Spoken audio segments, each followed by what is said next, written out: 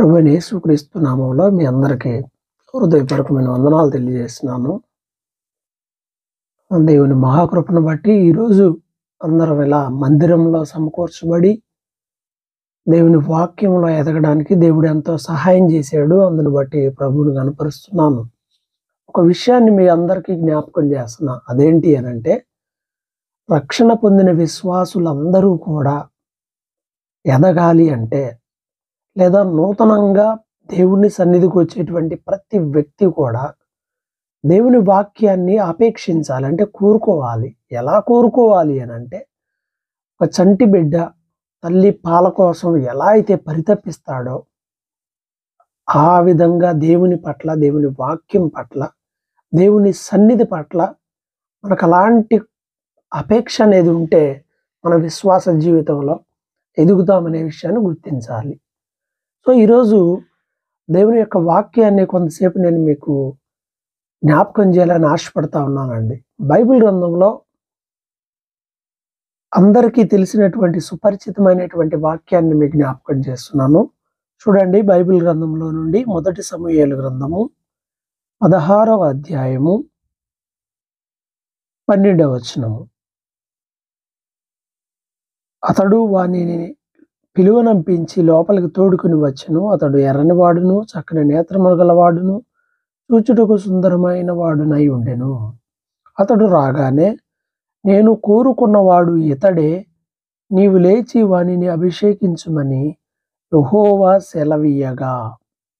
ప్రియమైన వాళ్ళారా, చూడండి, ఇక్కడ సమూయేలు దావీదును అభిషేకించిన సమయంలో దేవుడు మాట్లాడిన మాటను మనం చూస్తా ఉన్నాం. అదేంటి అని అంటే, నేను కోరుకున్నవాడు ఇతడే. ప్రియమైన వాళ్ళారా, దేవుడు కోరుకున్నటువంటి వ్యక్తిగా దావీదు ఉన్నాడు. దేని కోరుకున్నాడు దేవుడు దావీదుని అంటే, తను ఏర్పాటు చేసినటువంటి సౌలు తన మాట వినలేదు కాబట్టి దేవుడు బాధపడి సౌలు బదులుగా రాజ్యాన్ని పరిపాలన చేయడానికి దేవుడు దావీదుని ఎన్నుకున్నట్టుగా మనం చూస్తా ఉన్నాం. ప్రియులారా, మన జీవితంలో దేవుని యొక్క ఎంపిక, మనం దేవుణ్ణి ఎంచుకోవటం గొప్ప విషయం ఏం కాదు, కానీ దేవుడు మనల్ని ఎంచుకుంటే అది గొప్ప విషయం కాదా? చాలా గొప్ప విషయం అనే చెప్పాలి. కాబట్టి ఈ ప్రత్యేకమైనటువంటి ఈ విశ్వాస జీవితంలో మనం దేవుణ్ణి ఎన్నుకోలేదు, కానీ దేవుడే మనల్ని ఏర్పరచుకున్నాడనే విషయాన్ని గ్రహించాలి. ఆయనే ముందుగా మనల్ని ప్రేమించి మన కోసం చనిపోయి మన కోసం తిరిగి లేచి మరలా మన కోసం ఆయన తిరిగి రానున్నాడు అనే విషయాన్ని మనం గ్రహించాలి. ఇక్కడ దేవుడు దావీదును కోరుకున్నాడు. ఆశ్చర్యమైనటువంటి విషయం అది. దావీదు వాళ్ళ తల్లిదండ్రులు దావీదును కోరుకోలేదు. దావీదు యొక్క అన్నదమ్ములు ఎవరు కూడా దావీదును కోరుకోలేదు. సమూయేలు దావీదును కోరుకోలేదు. కేవలం దేవుడు మాత్రమే దావీదును కోరుకున్నాడు. ఇది మనం గ్రహించాల్సిన విషయం. సౌలుగా, ఇక నా రాజుగా సౌలు ఎప్పుడైతే దేవుడి దృష్టిలో తిరస్కరించబడ్డాడో అప్పుడు క్రొత్త వ్యక్తిని దేవుడు ఏర్పాటు చేయాలి అని అనుకున్నప్పుడు యెషయి కుమారుల్లో ఒకతన్ని రాజుగా ఏర్పాటు చేయాలని దేవుడు తన సంకల్పాన్ని సమూయేలుకి తెలియజేశాడు. అప్పుడు సమూయేలు యెషయి దగ్గరికి వెళ్ళాడు. మన ఈ అధ్యాయం ప్రారంభంలో ఇవన్నీ చూడొచ్చు. వెళ్ళి, నీ కుమారుల్లో ఒకడు రాజుగా ఉండబోతున్నాడు అని చెప్పాడు. అప్పుడు ఏం చేయాలి? కుమారులందరినీ కూడా పెట్టి, అయ్యా వీళ్ళలో ఎవడో చూసుకోండి అయ్యా అని చెప్పేసి అనాలి. కానీ యెషయి కుమారులో అందరూ కూడా అక్కడ ఎదురు నిలబెట్టారు, కానీ దావీదుని నిలబెట్టలా. దావీదు అసలు లేడు అక్కడ. దావీదు ఆ నిలబెట్టిన వాళ్ళలోనే లేడు. అంటే కుటుంబం కూడా దావీదుని లెక్క చేయలేదు. ఎన్నికల్లో లేడు, అసలు కౌంట్లోనే లేడు, లెక్కలోనే లేడు. పెద్దవాడిని నిలబెట్టినప్పుడు ఏలియాబుని చూసి అనుకున్నాడు, అబ్బా బాగా హైట్ ఉన్నాడు, బాగా గట్టిగా సరిపడా ఉన్నాడు, హైటు వెయిటు అందగాడు, ఇక నేనేమో అని చెప్పేసి అని అనుకున్నాడు. అయితే దేవుడు ఏం చెప్పాడో తెలుసా? 1వ సమూయేలు 16వ అధ్యాయం 7వ వచనంలో చూస్తే సమూయేలుతో దేవుడు అన్నాడు, అతని రూపమును అతని ఎత్తును లక్ష్య పెట్టకము, మనుషులు లక్ష్య పెట్టు వాటిని యెహోవా లక్ష్య పెట్టడు. నేను అతన్ని త్రోసివేసి ఉన్నాను. మనుషులు పైరూపమును లక్ష్య పెట్టుదురు గాని యెహోవా హృదయమును లక్ష్య పెట్టును. ఇదండి సంగతి. అబ్బా పర్లేదు, ఎర్రగా బుర్రగా బాగున్నాడే అని దేవుడు నిన్ను ఎంచుకోడు. హైటు వెయిట్ బాగుందే, నీ పర్సనాలిటీ బాగుందే, లేదా నువ్వు బాగా చదివేవాడివే, ఈ అమ్మాయి మంచి అమ్మాయి, నీ నీతిని బట్టి, నీలో ఉన్న క్వాలిటీస్ని బట్టి దేవుడు నిన్ను ఎంచుకుంటాడు అని నువ్వు ఎప్పుడూ కూడా అనుకోవద్దు. మనుషులు లక్ష్య పెట్టు వాటిని దేవుడు లక్ష్య పెట్టడు. మనుషులు పైరూపాన్ని లక్ష్య పెడతారు కానీ దేవుడు హృదయాన్ని చూస్తాడు. ప్రియమైన యవన బిడ్డలారా, నీ హృదయాన్ని దేవుడు చూస్తున్నాడు. పైకి చూసి ప్రసాద్ మంచోడే, ఉదయ్ మంచోడే, లేకపోతే ప్రవీణ్ మంచోడే, అరవింద్ చాలా మంచి పిల్లాడండి, మనుషులు ఇవన్నీ చూస్తారు. కానీ దేవుడు ఏం చేస్తాడంటే నీ హృదయాన్ని చూస్తాడు, నీ హృదయ ఆలోచనలు చూస్తాడు, నీ ప్రవర్తన చూస్తాడు. ఈ అమ్మాయి ప్రార్థనకి వెళ్తుంది, ఈ అమ్మాయి హృదయం ఎలా ఉంది, మనుషులు ఎవరు చూడలేరు. అందరి దృష్టిలో నువ్వు మంచి వ్యక్తిగానే ఉండొచ్చు, కానీ దేవుడు నీ హృదయాన్ని పరిశీలన చేస్తున్నాడు అనే విషయాన్ని గుర్తించాలి. దేవుని దృష్టిలో నువ్వు ఎలా కనపడబోతున్నావు ఆలోచన చేస్తావా ప్రియమైన దేవుని బిడ్డ? దేవుడు జ్ఞాపకం చేసుకుంటాడు మన హృదయాన్ని, మన ఆలోచనలన్నీ ఆయన చూస్తున్నాడు. మనం ఎలా కనపడుతున్నాం దేవుని సన్నిధిలో? మనుషులు లక్ష్య పెట్టు వాటిని దేవుడు లక్ష్య పెట్టడు అని బైబిల్ చెప్తుంది. నువ్వు ఎలా ఉంటున్నావు, నువ్వు దేవుని దృష్టిలో ఎలా ఉంటున్నావు అనేది చాలా ప్రాముఖ్యమైనది. ఇలా వరుసగా అందరిని తీసుకొస్తే యెషయా కుమారులో ఉన్నటువంటి వాళ్ళందరినీ దేవుడు ఇతను కాదు, ఇతను కాదు, ఇతను కాదు. చివరికి డౌట్ వచ్చింది సమూయేలుకి, నీ పిల్లలు అందరూ అసలు ఇక్కడే ఉన్నారా? అయ్యా ఒకడు ఉన్నాడయ్యా, ఎక్కడున్నాడు? వాడు గొర్రెలు కాయటానికి పోయాడా? పిలిపించి అతను కూడా. గొర్రెలు కాసేటువంటి వాడు, చదువు లేదు, విజ్ఞానం లేదు, యుద్ధం రాదు, అసలు ఏం తెలియదు, జస్ట్ గొర్రెలు కాసేవాడు. దేవుడు అతను లోపలికి రాగానే ఎర్రని వాడు, చక్కని నేత్రము గలవాడు, చూడటానికి సుందరంగా బాగానే ఉన్నాడు. అయితే దేవుడు వాటిని బట్టి ఎంచుకోలేదు, కానీ దేవుడు హృదయం తెలుసు. అందుకే నేను కోరుకున్న వాడు ఇతడే అని వెంటనే దేవుని అభిషేకం అనేది దావీదుకు రావటం అనేది మనం చూస్తూ ఉన్నాం. కాబట్టి ప్రియమైన వారలారా, దేవుడు కోరుకున్న వ్యక్తిగా మనం ఉండాలి. నువ్వు దేవుడు కోరుకున్న వ్యక్తిగా ఉండాలి. యవన కాలపు జీవితము దేవుడు కోరుకునే విధంగా ఉండాలి. అందరికీ తెలుసు యవన కాలమున కాడి మోయిట నరుడికి మేలు, అయితే దానిని అతని మీద మోపువాడు యెహోవాయే అని బైబిల్ చెబుతుంది. దేవుడు ఆ కాడిని మన భుజాల మీద పెడతాడు. యవన కాలంలో దేవుడు పెట్టాలంటే దేవుడికి నమ్మకమైన వ్యక్తిగా ఉండాలి కదా. దేవుడు నీ హృదయాన్ని చూసినప్పుడు నువ్వు అలా ఉంటావా? ఒకసారి ఆలోచన చేయండి. ఎలా ఉన్నావు, నువ్వు ఎలా ఉన్నావు? నీ హృదయాన్ని దేవుడు చూస్తున్నాడు. మానవ హృదయం గురించి బైబిల్లో మనం చూసినట్లయితే మనిషి హృదయం ఎలా ఉంటుంది? మార్కు సువార్తను మనం చూసినట్లయితే అందరూ కూడా చూడండి, మార్కు సువార్త 7వ అధ్యాయంలో ఈ మాట రాయబడి ఉంది. సువార్తల్లో 4 వీటి గురించి ప్రస్తావించబడింది. అయితే మార్కు సువార్త 7వ అధ్యాయంలో 21వ వచనము ఈ విధంగా చెప్తుంది. లోపల నుండి అనగా మనుషుల హృదయంలో నుండి ఏమేమి వస్తాయో తెలుసా? అసలు సాధారణమైన హృదయంలో ఏముంటాయి? ఇవి ఉంటాయి. దురాలోచనలు, చెడ్డ ఆలోచనలు. ఒక యవనస్తుడిగా, ఒక యవనస్తురాలుగా నీ ఆలోచనలు ఎలా ఉన్నాయి? నీ తలంపులు ఎలా ఉన్నాయి? ఏం చేయాలనిపిస్తుంది? ఎలా ఉండాలనిపిస్తుంది? చూస్తున్నాడు దేవుడు అన్ని. దురాలోచనలు, జారత్వములు. ఈరోజు యవన కాలంలో ఉన్న పిల్లలు ఎంత దారుణంగా తయారైపోతున్నారో చూడండి. చాలా దారుణమైనటువంటి ప్రవర్తన. పెళ్లికి ముందే వాళ్ళ జీవితాలు పాడైపోతా ఉన్నాయి. ఇష్టం వచ్చినట్టు తిరుగుతూ ఉన్నారు.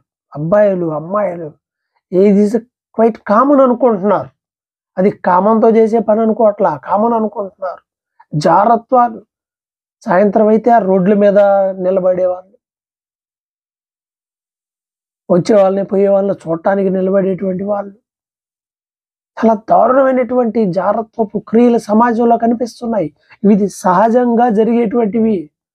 జారత్వములు, దొంగతనాలు, నరహత్యలు, వ్యభిచారములు, లోభములు, చెడుతనము, కృత్రిమము, కామ వికారము, మత్సరము, దేవదూషణయు, అహంభావము, అవివేకం, ఇవన్నీ మనుషుని హృదయంలో ఉండేవి.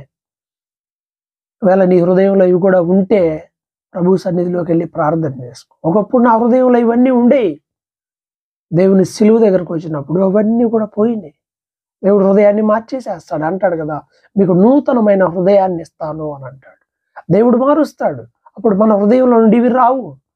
సామెతల గ్రంథకర్త చెప్తాడు కదా, ఏమని చెప్తాడు అంటే, నీ హృదయాన్ని జాగ్రత్తగా కాపాడుకో. ఎందుకని నీ హృదయాన్ని జాగ్రత్తగా కాపాడుకోవాలి అని అంటే, అక్కడ రాయబడినటువంటి మాటని నేను మీకు జ్ఞాపకం చేస్తాను. సామెతల గ్రంథంలో, ప్రియమైన దేవుని బిడ్డలారా, హృదయాన్ని జాగ్రత్తగా దాచుకోండి అని చెప్పేసి అన్నాడు. ఎందుకంటే మన హృదయములో నుండి జీవధారలు బయటికి వస్తాయి కాబట్టి. సామెతల గ్రంథం 4:23 నీ హృదయంలో నుండి జీవధారలు బయలుదేరును కాబట్టి అన్నిటికంటే ముఖ్యముగా నీ హృదయమును భద్రముగా కాపాడుకొనుము. నీ హృదయాన్ని భద్రంగా కాపాడుకోవాలి. ఈరోజు ఎంతో మంది ఆడపిల్లల హృదయాల్లో అబ్బాయిలు ఉంటున్నారు, అబ్బాయిల హృదయాల్లో అమ్మాయిలు ఉంటున్నారు, మళ్ళీ ప్రార్థనకి వెళ్తుంటారు.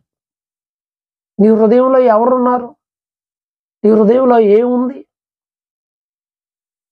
ప్రియమైన దేవుని బిడ్డలారా, ఆలోచన చేద్దామా? మనం క్రైస్తవులము, దేవుని బిడ్డలము. మన హృదయంలో దేవుని వాక్యం ఉండాలి, మన హృదయంలో దేవుడు ఉండాలి. అంతేగాని లోక సంబంధమైనవి మన హృదయంలో ఉండకూడదు. ఎప్పుడైతే నీ హృదయంలో దేవుడు ఉంటాడో అప్పుడు దేవుడు నిన్ను కోరుకుంటాడు. పై రూపాన్ని చూసి మనుషుల్లాగా మోసపోయేవాడు కాదు దేవుడు. నేను చర్చికి వెళ్తా ఉన్నప్పుడు కూడా పర్లేదండి, మంచివాడండి అనే ముద్రే ఉండింది నాలో. నేను క్రికెట్ గ్రౌండ్లోకి వెళ్తే నా నోటి నుండి వచ్చే మాటలు వాళ్ళకి తెలియదు. కాలేజీకి వెళ్తే మనకు వచ్చే ఆలోచనలు వాళ్ళకి తెలియదు. ఒంటరిగా ఉన్నప్పుడు మనం ఏం ఆలోచిస్తాం ఎవరికి తెలియదు.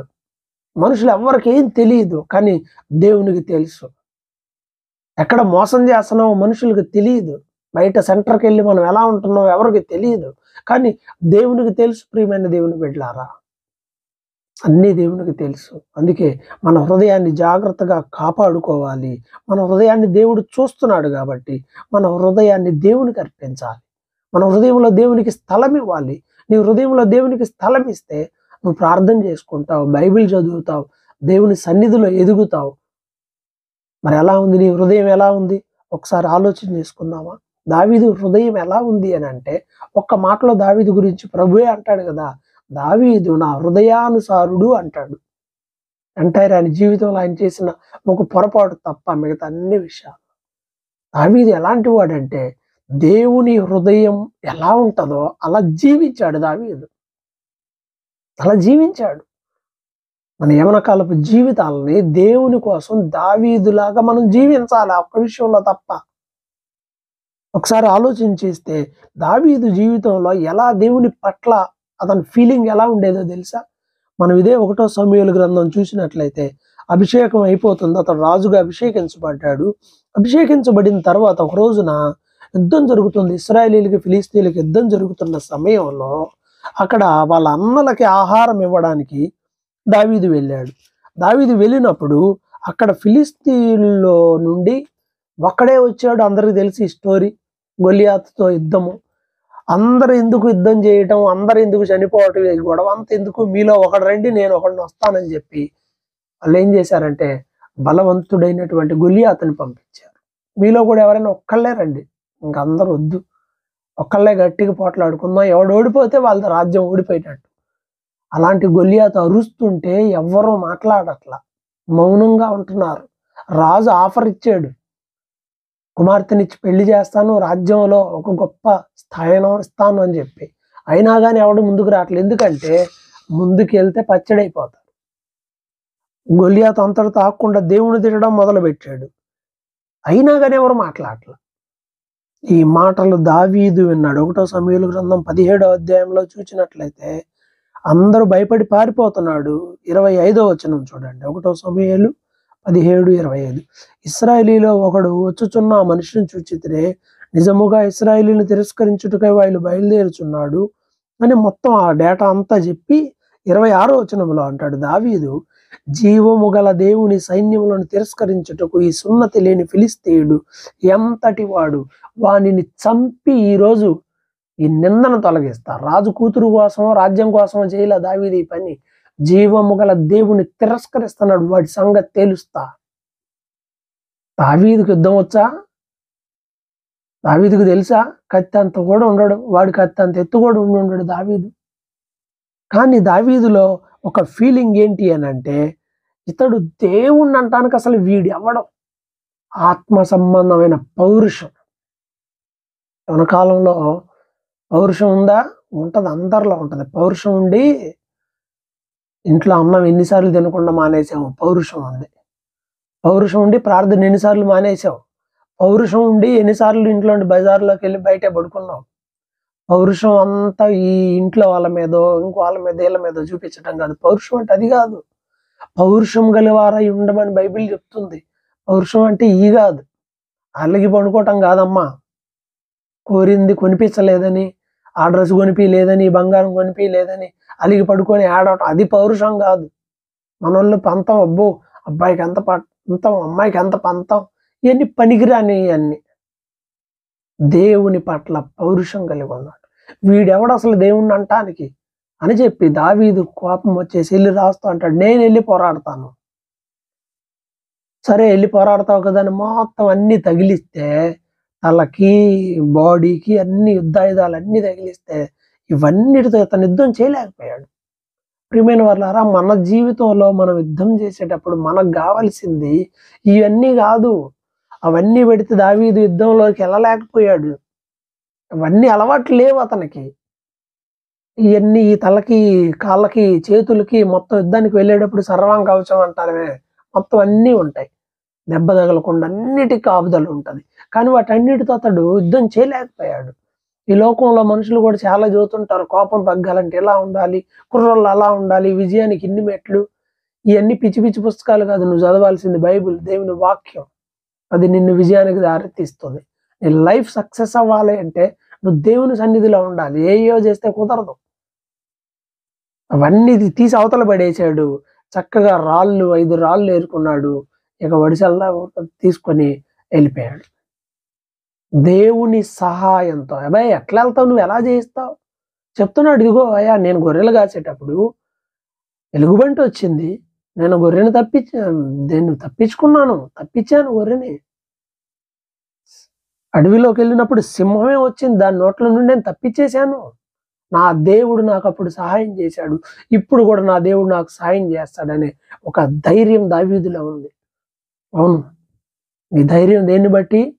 దేవునిని బట్టి ధైర్యం తెచ్చుకో. నా దేవుడు నాకు సహాయం చేస్తాడు, నా దేవుడు నన్ను నడిపిస్తాడు, నా దేవుడు నన్ను గెలిపిస్తాడు, నా దేవుడు నా జీవితాన్ని స్థిరపరుస్తాడు, నా దేవుడు నా ప్రతి అవసరాన్ని తీరుస్తాడు.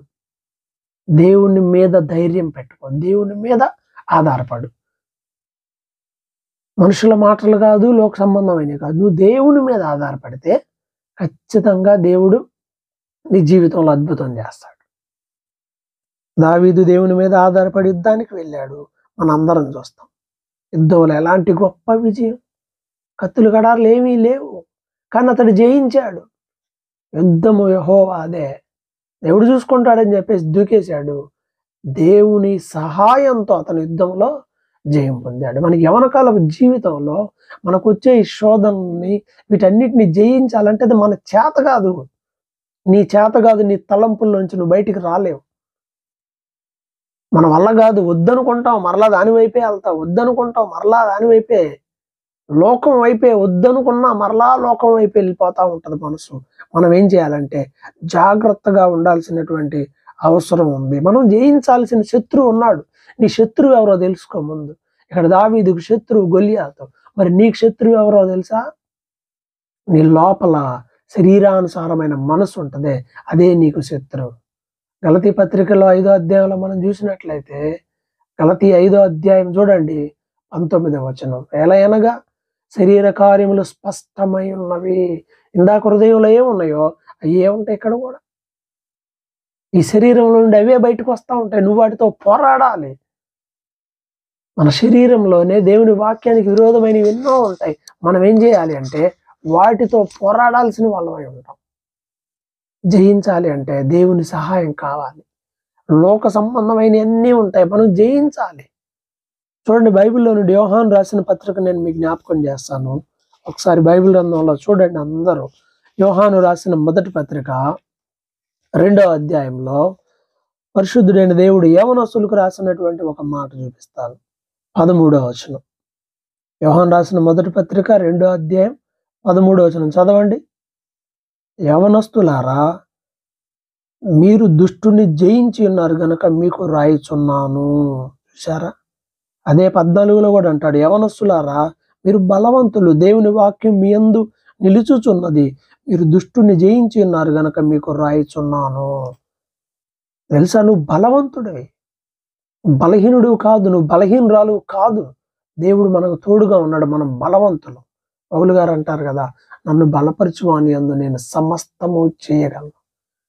లోకంలో వాళ్ళు అంటారే, నీకేం చేత కాదు, నీ వల్ల కాదు, దయ్యం నిన్ను బలహీనపరుస్తాడు, నీ వల్ల కాదు, దీంట్లోంచి నువ్వు బయటికి రాలేవని.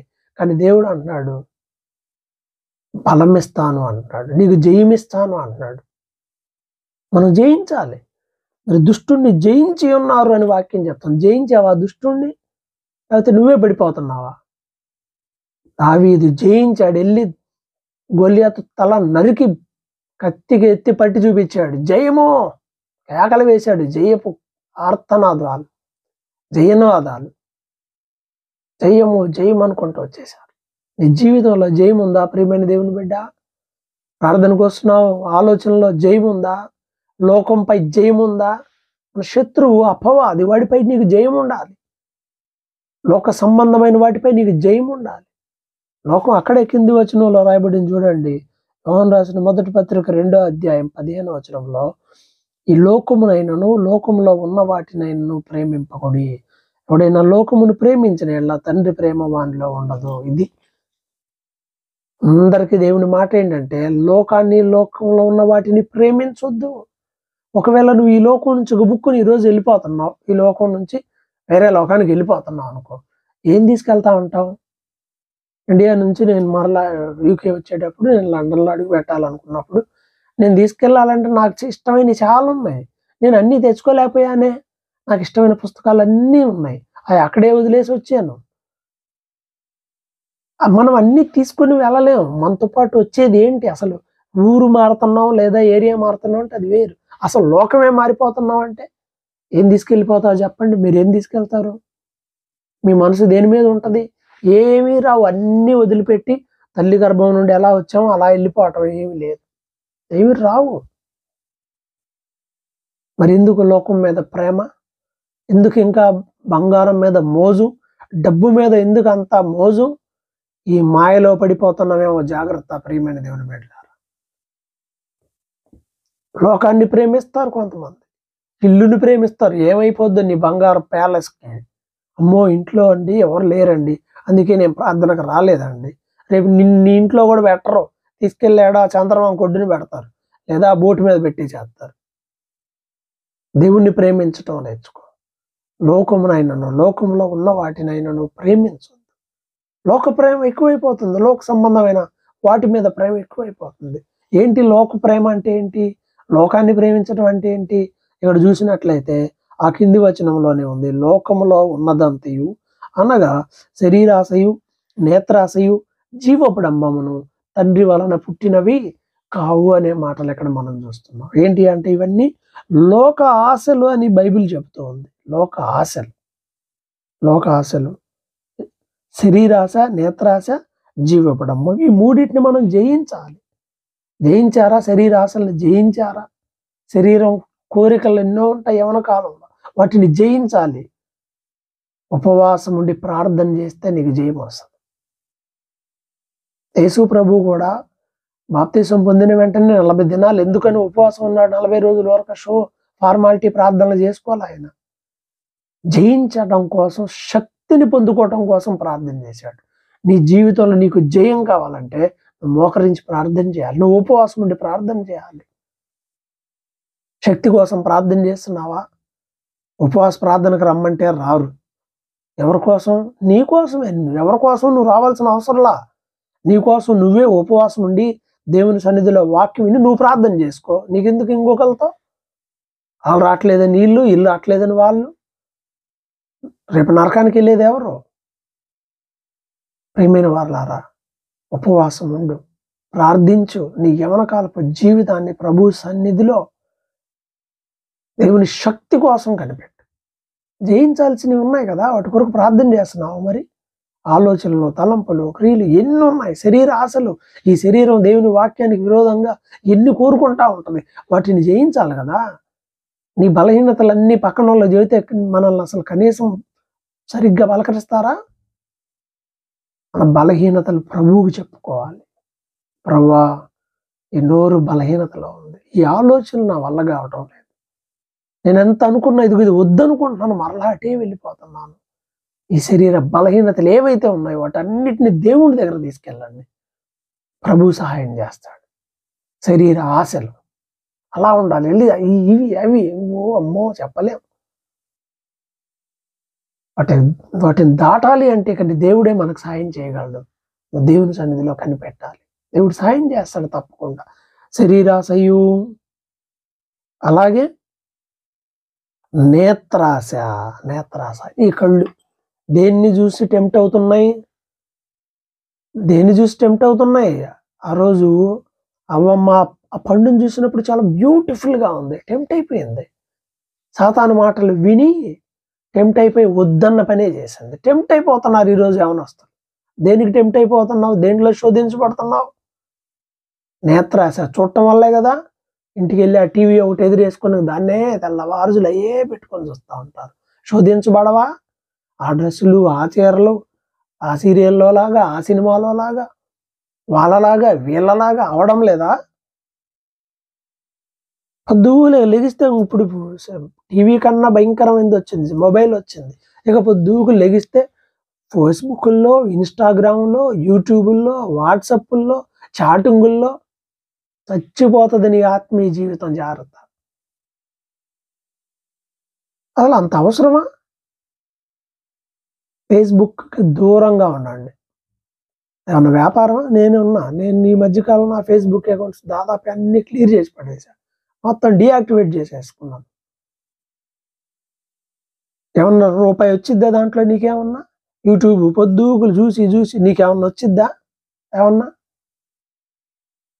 దేన్ని ఎంతవరకు వాడాలి, దేన్ని ఎలా వాడాలి తెలియడంలా. పొద్దుగుల వాట్సాప్, ఫోన్ కొనపోతే ఇంట్లో అమ్మా నాన్న మీద గొడవ.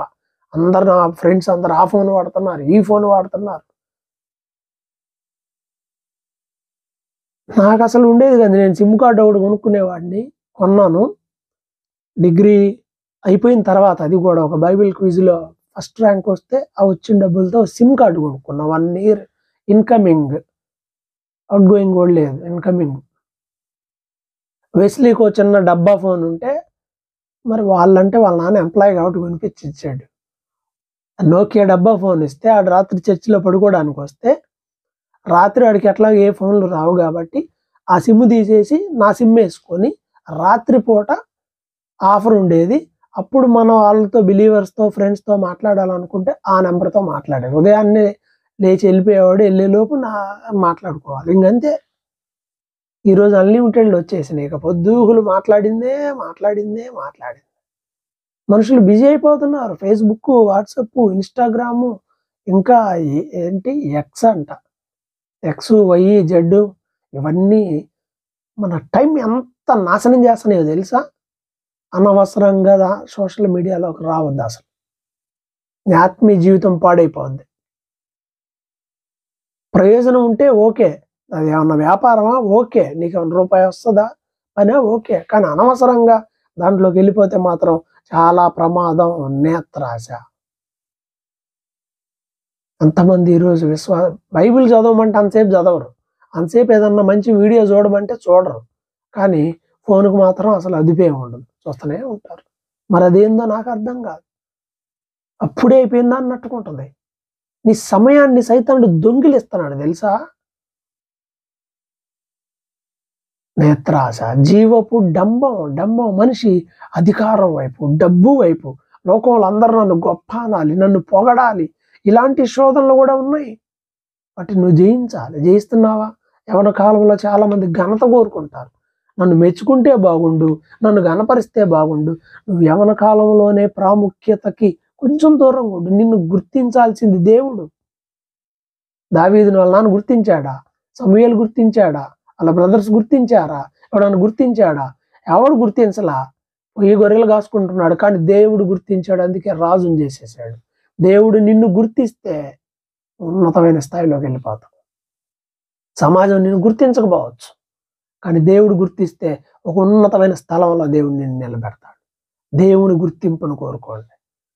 మనుషుల దగ్గర గుర్తింపు, మనుషుల దగ్గర మన గౌరవం, మర్యాదలు, మనల్ని బాగు చెప్పాలి, వీటి కోసం ఆరాట పడొద్దు. చాలా ప్రమాదకరమైంది ఇదంతా కూడా. వీటన్నిటిని, ఈ పాపాలన్నిటిని మనం యవన కాలంలో జయించాల్సినటువంటి అవసరత ఉంది. మనం జయించాల్సినటువంటి విషయాలు ఇవన్నీ ఉన్నాయి. ఎందుకంటే దేవుడు నీ యవన కాల ప్రేమను జ్ఞాపకం చేసుకునే దేవుడు. ఎలా ఉన్నావు? జ్ఞాపకం చేసుకుంటాడు. దావీదు జీవితంలో అతను ఒక పొరపాటు చేసినప్పటికీ దేవుడు అతని ఎంటైర్ లైఫ్ని చూశాడు. దావీదు నా కోసం ఎలా జీవించాడు, ఎన్ని పాటలు రాశాడు, కీర్తనలు ఎన్ని ఉన్నాయి ఆయన, ఎన్ని పాటలు. యెహోవా నా బలమా అంటూ, నా ఆశ్రయ దుర్గమా అంటూ వందల కొలది పాటలు రాసేశాడు. దేవుడంటే ప్రాణం, దేవుడంటే పిచ్చి, దేవుని కోసం ఎంత పౌరుషంగా ఉన్నాడు, దేవుని కోసం ఎదురు చూశాడు, దేవుని కార్యాల కోసం, దేవుని మార్గాల కోసం పట్టుదల కలిగి ప్రార్థన చేశాడు. దేవుణ్ణి దావీదులాగా స్తుతించిన వ్యక్తి ఇంకొకరు లేడు అసలు బైబిల్ మొత్తంలో. యవన కాలంలో దేవుని కోసం నిలబడ్డాడు దావీదు, అందుకే దేవుడు అతన్ని ఆశీర్వదించాడు. దావీదు, నీ సింహాసనం స్థిరపరుస్తున్నానయ్యా, నీ సింహాసనం మీద ఎవడో ఒకడు ఉంటూనే ఉంటాడు. ఆ మాట మేరకు యేసు ప్రభువే దావీదు వంశంలో పుట్టాడు. దావీదు అంటే అంత ఇష్టం దేవునికి. మరి నువ్వు దేవుణ్ణి ఇష్టపడుతున్నావా అంతగా? దేవుడు నిన్ను అలా ఇష్టపడుతున్నాడా? అది మన క్రియల్లోనే ఉంటుంది. కాబట్టి మనం దేవునికి ఇష్టమైన వాళ్ళగా మారిపోవాలి. కాబట్టి ప్రియమైన వాళ్ళారా, మనం దేవుని చిత్తం చేయాలి. ఆ కింది మాట రాయబడి ఉంటుంది. యోహాను రాసిన మొదటి పత్రిక 2వ అధ్యాయం 17వ వచనంలో, లోకము దాని ఆశయు గతించిపోచున్నవు గాని దేవుని చిత్తమును జరిగించువాడు నిరంతరము నిలుచును. నిరంతరం నిలబడాలని ఉందా? ప్రసాద్, మీ నాన్న పేరు చెబుతావు, మీ తాత పేరు చెబుతావు, వాళ్ళ నాన్న పేరు దిక్కులు చేస్తావు, వాళ్ళ నాన్న పేరు చెప్పు, మీ తాతోళ్ళ తాత పేరు. ఎవ్వడు మనం గుర్తుపెట్టుకోడు. మనం అనుకుంటాం ఇక్కడ ఉన్నంతకాలం అబ్బో నేను ఇది నేను అది అని, కొంతకాలం తర్వాత ఎవ్వడు ఎవడు గుర్తుపెట్టుకోడు. నిరంతరం జీవించాలంటే దేవుని చిత్తం చేయండి. నిలబడిపోతావు అంతే. చరిత్రలో అందరూ నిన్ను గుర్తుంచుకునేలా దేవుడు చేస్తాడు. దావీదు ఎప్పుడు వ్యక్తి, ఎప్పుడో 1000 సంవత్సరాలు వెనక, ఎప్పుడో వెనకున్న వ్యక్తిని ఈరోజు మనం మాట్లాడుకుంటున్నాం అంటే అతని క్రియలు, అతన్ని దేవుని ప్రేమించిన విధానం, అతడు దేవుని యందు భయభక్తులు కలిగిన విధానం. దేవుళ్ళో ఉంటే దేవుడు కూడా ఖచ్చితంగా అలా మనల్ని ఆశీర్వదిస్తాడు. కాబట్టి మనం చేయాల్సింది ఏంటంటే లోక సంబంధాన్ని వాటికి దూరంగా, లోక పాపాలకు దూరంగా, చెడు స్నేహాలకు దూరంగా, వ్యసనాలకు దూరంగా, పాపాలకు దూరంగా, దేవునికి దగ్గరగా, దేవుని సన్నిధికి దగ్గరగా, దేవుని బిడ్డలతో సహవాసం దగ్గరగా అది ఉండాలి. దేవుని చిత్తము చేయవాడు నిరంతరం నిలుచును. ప్రభువా ప్రభువా అని మత్తయి 7:21 ఏముంది చూడండి. మత్తయి సువార్త 7వ అధ్యాయం 21వ వచనం, ప్రభువా ప్రభువా అని నన్ను పిలిచి ప్రతివాడు పరలోక రాజ్యంలో ప్రవేశింపడగానే పరలోకమందున్న నా తండ్రి చిత్త ప్రకారం చేయువాడే ప్రవేశించును. అది దేవుని చిత్తం. నీ ఇష్టం కాదు. నీ ఇష్టం 100 ఉంటాయి నీకు. నేను అక్కడికి వెళ్తా, నేను అది చదువుతా, నేను ఇది చేస్తా, నేను అది చేస్తా, 100 దీంట్లో ఏలు పెడతాడు, దాంట్లో ఏలు పెడతాడు, ఏమీ కావు. చివరికి నీ ఆలోచనలన్నీ నీరు గారిపోతాయి. దేవుని చిత్తం ఏంటో తెలుసుకో, ప్రార్థన చేయి. దేవుడు నాకు ఇది చెప్పాడా, ఇంకదే చెయ్యి. నీకు అర్థం కాకపోతే దేవుడిని అడుగు, దేవుడు నీకు తెలియజేస్తాడు. ఆ మార్గంలో నాడు సక్సెస్ అవుతావు. నా పట్ల దేవుని ఉద్దేశం ఏంటో నేను అడిగాను, నేను అనుకున్నా, నేను అదవుదాం, నేను ఇది అవుదాం, మా ఇంట్లో వాళ్ళు ఏదో అనుకున్నారు, నేనేదో అనుకున్నా, కానీ ప్రార్థన చేశా, ప్రభువా నేను ఏం చేయాలి అని. అప్పుడు ప్రభువు చెప్పాడు, తన పని చేయాలని చెప్పాడు. వెంటనే నాకు అర్థమైపోయింది, నేను ఏ పని చేసినా చివరికి దేవుని పనిలో సెట్ అవ్వాలి. క్లియర్, నాకు క్లారిటీ వచ్చింది. ఆ మార్గంలో అలా ముందుకు నడుస్తూ వచ్చేసాను. దేవుని చిత్తాన్ని తెలుసుకొని చేస్తే ప్రయోజనం ఉంటుంది. లేకపోతే అన్ని నష్టాలే. ఇది చదువుతాను అంటావా, అది పూర్తి చేయం. ఆ ఉద్యోగం అంటావా, అది అవ్వదు రావదు చేయం. ఏ విషయంలోనైనా సరే ఇవేనే కాదు.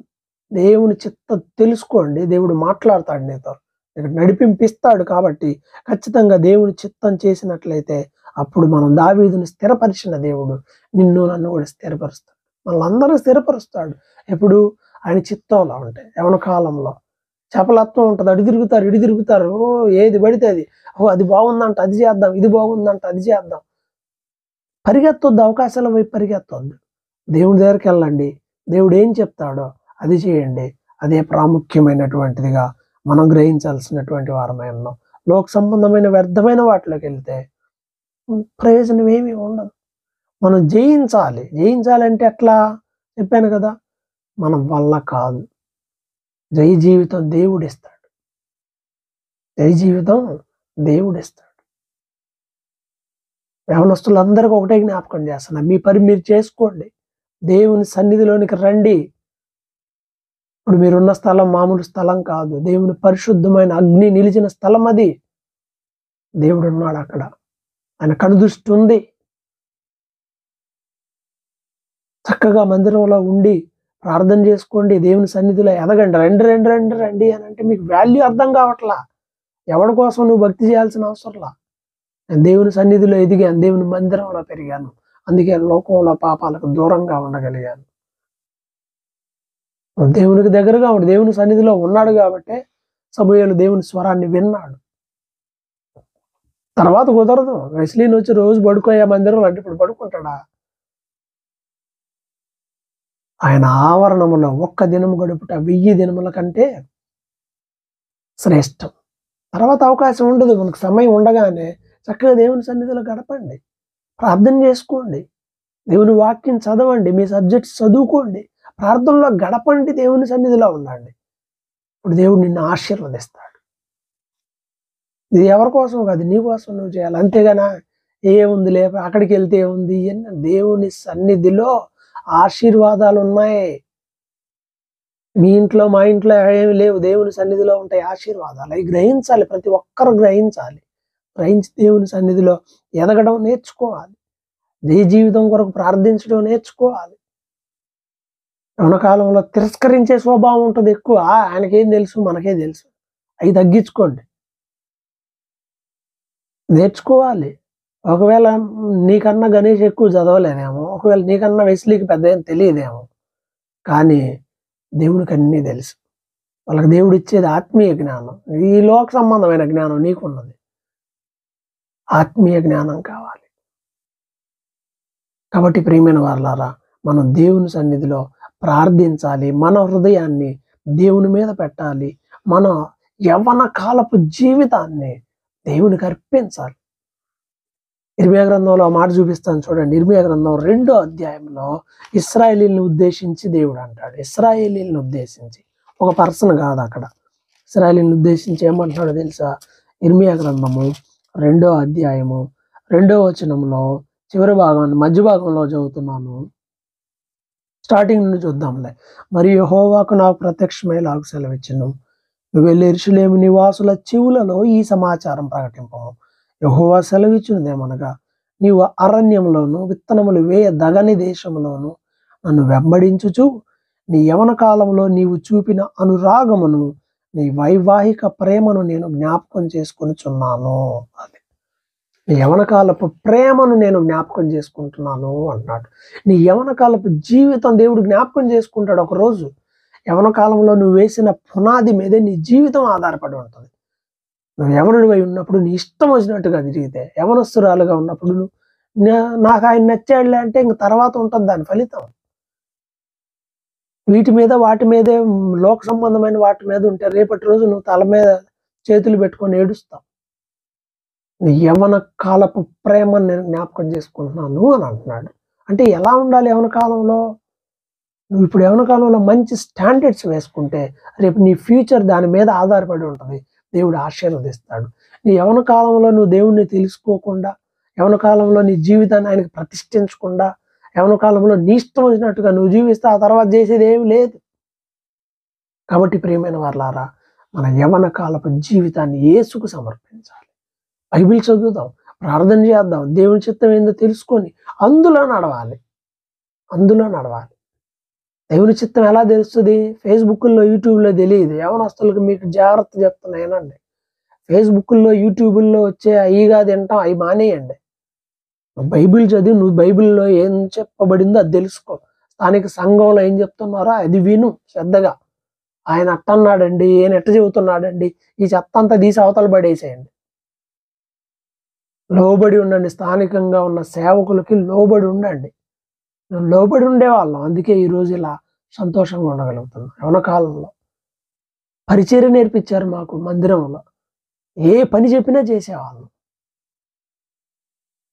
అన్నీ చేసుకుంటా చక్కగా బైబిల్ చదువుకుంటూ ప్రార్థన చేసుకుంటూ విశ్వాసంలో ఎదిగాం.